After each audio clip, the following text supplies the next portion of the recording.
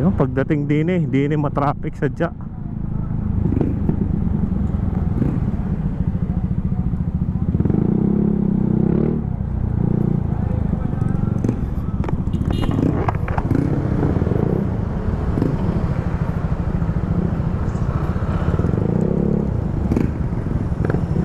Dini sa pagpasok na ng Batangas City, dini na matraffic. Kaya liliko ka na lang din para walang walang traffic.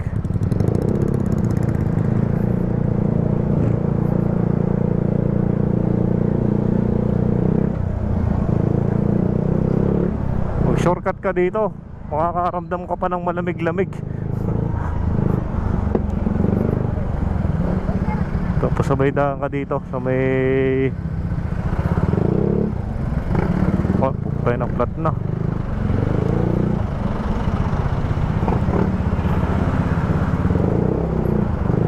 Alam nyo, minsan kaya nagta-traffic dahil din ng mga enforcer.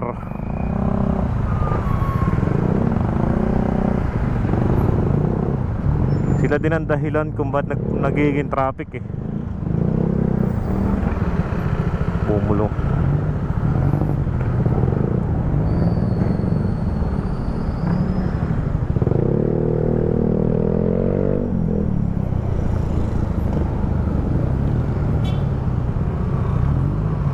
Nagtataka nga lang tayo dito sa Batangas City, bakit yung mga stoplight dito tuwing hapon ay namamatay.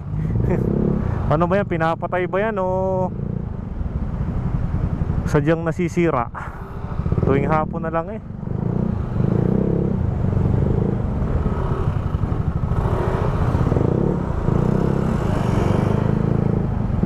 suot.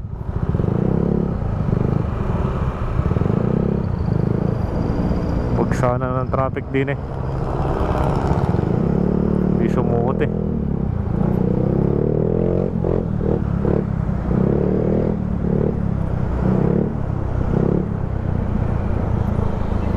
Yun nga lang ang kagandahan nitong Mio Sporty, no? Pagdating sa pagmamaneobra sa mga gantong maninipis na singit, makakasingit tayo ng basta-basta, no?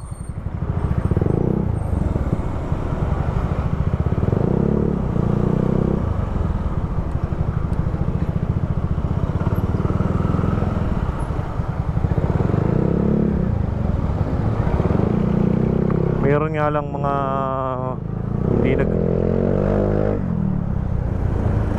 hindi nagpapadaan, no? Parang kanila yung sumarap na.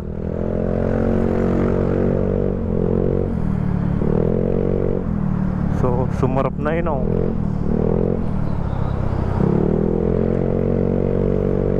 nagkasarapan na.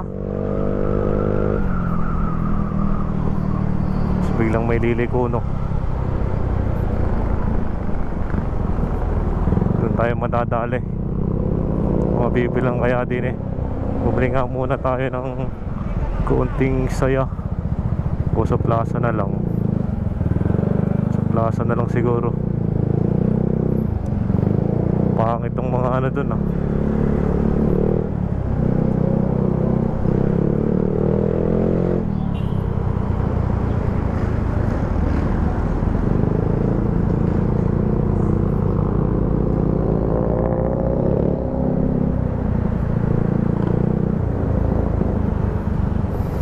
lahat na lang ng stoplight nasira. Ano ba nangyari doon? Kung kailan na oras ng 10 oras ng traffic, no?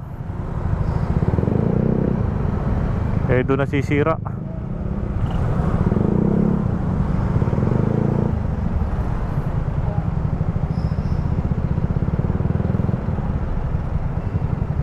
$347 na.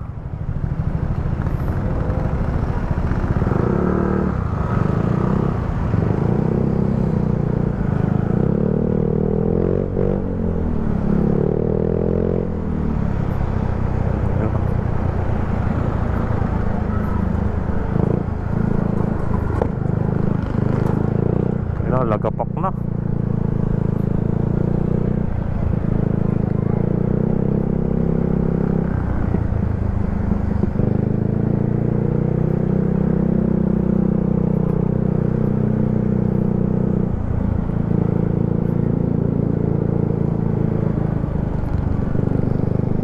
Yung swabing swabe oh.